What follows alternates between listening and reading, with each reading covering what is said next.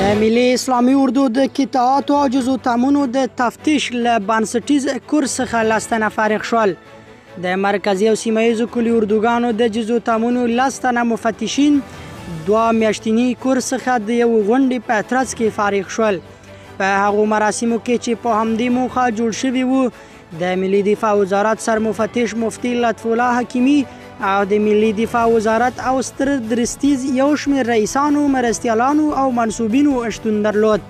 په یادو مراسمو کې د ملي دفاع وزارت سرمفتش مفتي لطف الله حکیمي یاد فارغان خپلو دندو ته متوجه کړل او زیاته یې کړه، تاسو مفتشان مسؤلیت لرئ چې په ډیر بې پلوي او صداقت سره د ملي اسلامي اردو په لیکو کې د روڼتیا او حساب ورکونې په برخه کې خپل کوښښ تر سره کړئ.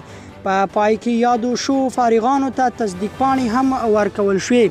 دا لومړی ځل نه ده چې دا ډول فراغات او مراسم جوړیږي، بلکې له دې وړاندې هم دفاع وزارت لسګونه مسلکي سرتیري روزلي.